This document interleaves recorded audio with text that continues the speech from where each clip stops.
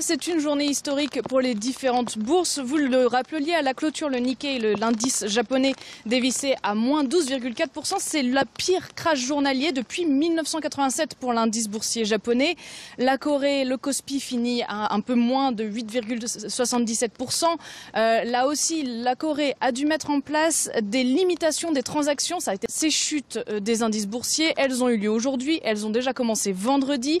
Il y a plusieurs raisons, vous le rappeliez. Donc des causes diverses. D'abord, dans la bulle asiatique, il y a un resserrement monétaire au Japon qui fait que le yen remonte au niveau des prix, mais que les taux d'intérêt japonais augmentent. Ça, forcément, ça perturbe les marchés voisins. Un autre problème, c'est le rapport sur le marché du travail aux États-Unis qui est sorti vendredi, qui a causé le début d'un dévissage vendredi et donc qui continue aujourd'hui. Un autre élément auquel sont très sensibles les marchés asiatiques, c'est l'effondrement des grandes valeurs technologiques, et ça on l'a vu avec la chute de valeurs et d'indices sur les grands noms de la technologie ici en Asie. Donc Nintendo pour le Japon qui a perdu pas mal de points sur cette dernière session de bourse.